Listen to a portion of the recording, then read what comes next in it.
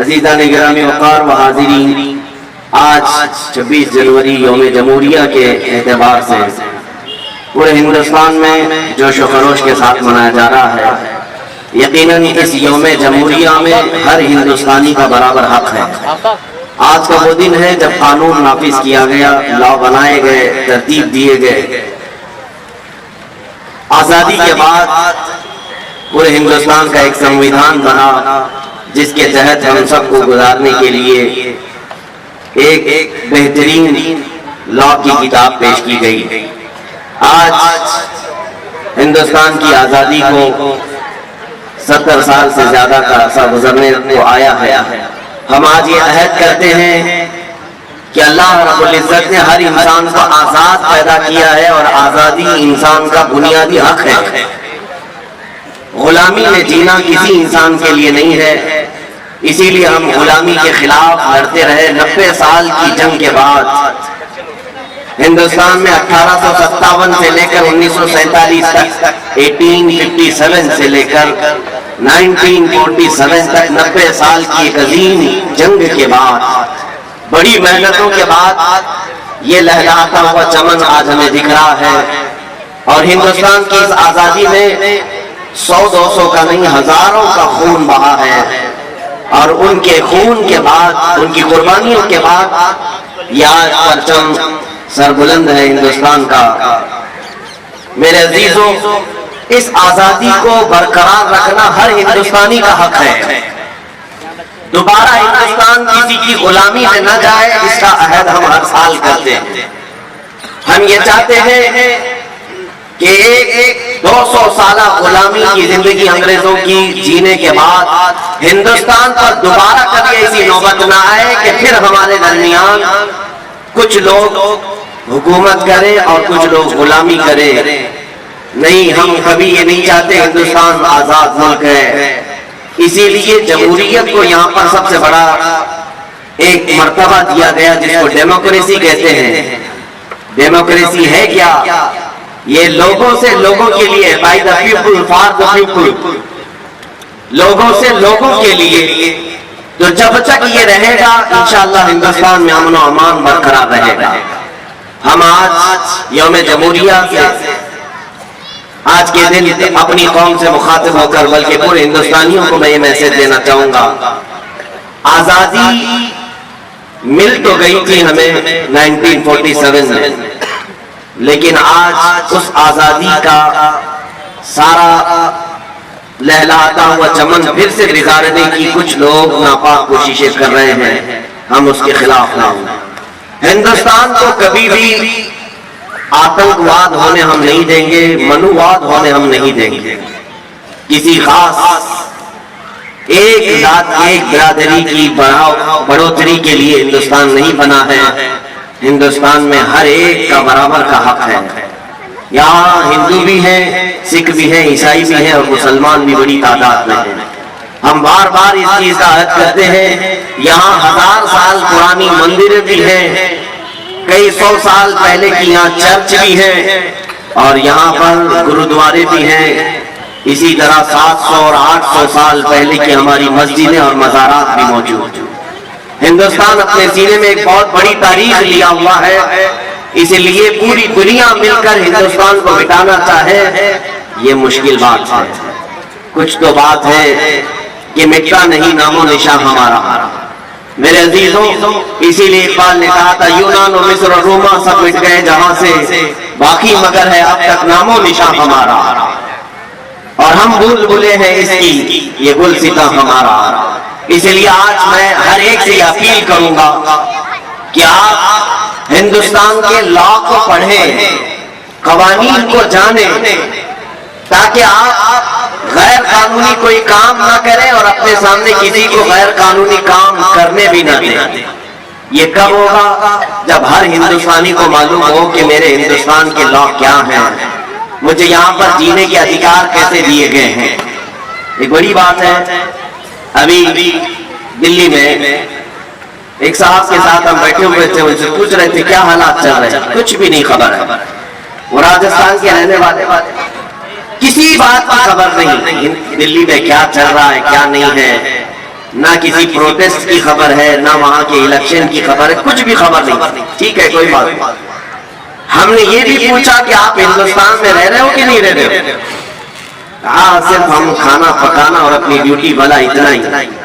میرے عزیزوں، ہندوستان میں رہنے کے ساتھ ساتھ آپ سب کو یہ بھی معلوم ہونا چاہیے کہ ہمارے یہاں جینے کے لیے کیا ادھیکار ہمیں دیے گئے ہیں، کیسی آزادی ہمیں دی گئی ہے، ہمارے لیے کیسے لا دیے گئے ہیں، یہ ہر ایک شہری کو جاننا اس کا حق ہے. اور جب آپ ان پڑھ رہیں گے تو کوئی بھی آپ کو قانون کے نام پر ڈرائے گا، دھمکائے گا. اس لیے سب سے پہلے ہمیں ایجوکیشن کی ضرورت ہے، تعلیم کی ضرورت ہے. میں یہ نہیں کہتا کہ سارے لوگ لا پڑھنا شروع کر دیں سارے کالجز میں. لا ہر ایک انسان، ہر ایک شہری، ہر ہندوستانی وہ اپنے طور پر فردن چاہے تو نیٹ کے ذریعے سے بھی پڑھ سکتا ہے ہندوستان کا سنویدھان کیا ہے. جب آپ کو معلومات ہوگی تو آپ سنگھرش کر سکیں گے اور مقابلہ کر سکیں گے. جیسے کہ آج ہو رہا ہے، بہت سارے لوگ